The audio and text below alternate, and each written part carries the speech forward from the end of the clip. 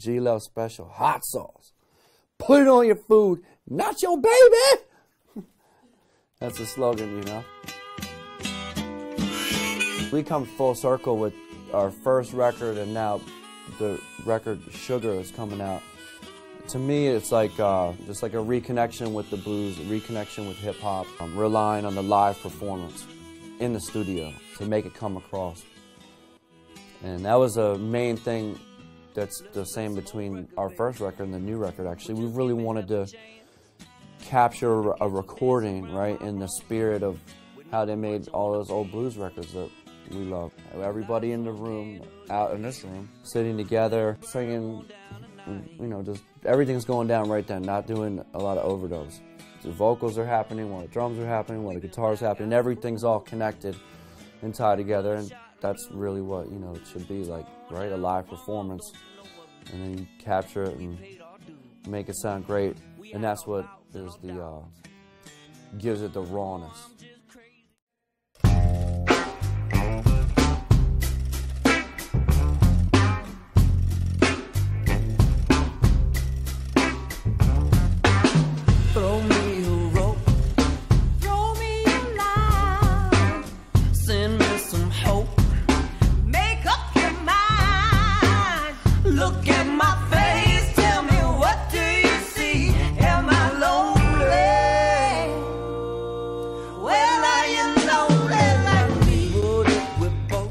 One of the special guests we had on the record was Mary Clayton.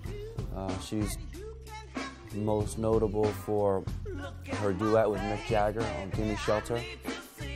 But she also sings background on Sweet Home Alabama. She was a Ray-lette, and she didn't let Ray, she told me. She was a New Orleans singer, signed to a record deal when she was like 16 years old.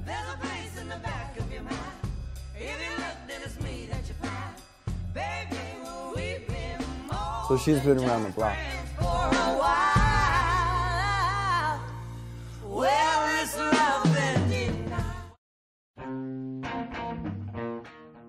It's funny how, you know, records just kind of make themselves, because the record that we set out to make was not what we ended up with. Honestly, we were just playing our asses off in the studio, and everybody was, and it was like, you know, like as a band, as a group of people, G.Love and Special Sauce, like, it's three of us. We're all a lot different. We don't have a lot in common, us, at all, really, off the stage.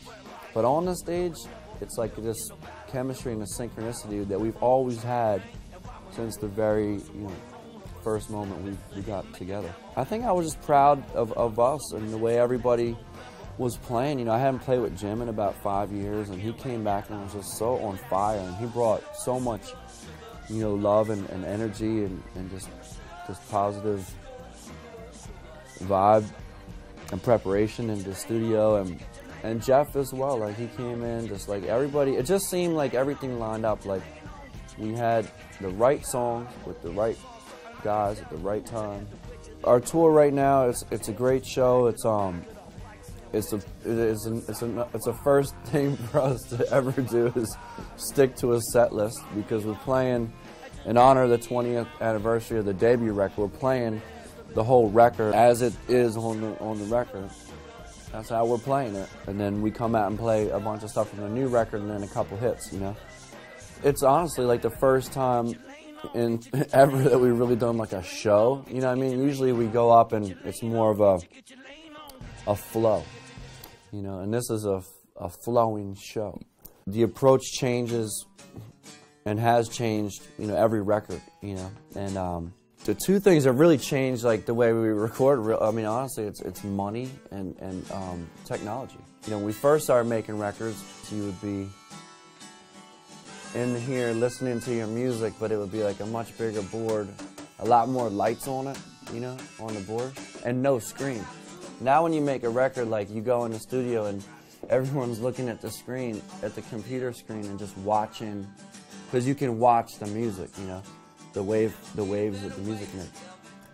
Back in the day, we used to just be like looking at these lights, and all these knobs and everything was dancing all around. It was that was pretty cool.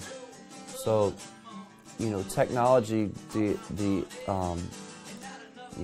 influx of digital technology, and all the endless possibilities that brings to the table when you're recording is both an asset, and it also can be like a dangerous tool if left in the wrong hands. You know what I mean? That's changed the way people make records. And the other thing is money. When we first started making records in '93, or we got a record deal in 1994, you know, we got signed to Epic Records and had like a big recording budget. And you could go from being a street musician to being a pretty well-to-do person, which is what we were. We were all street musicians.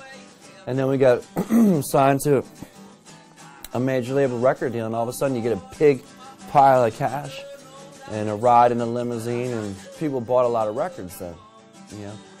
Nowadays people don't really buy a lot of records, so you don't really have a budget. So it comes down to like time. We used to have hundreds of thousands of dollars to make a record, and their label would want you to use it, right? So you'd go post up in a studio that cost $1,000 or $2,000 a day for like a month or 2 months, you know? And half the time you'd just be, you know, smoking weed and getting drunk and trying to wait for the magic, you know? Nowadays it's like, we got 5 days to make a record, you know? And so we come in, we have it together, we know just what we want to do. We're all rehearsed and ready to go, ready to be connected, you know, emotionally and spiritually and physically, and come in and just lay it down. And you know what? I mean, and we make records for a lot less money now, and in a lot shorter amount of time, and I think they're a lot better.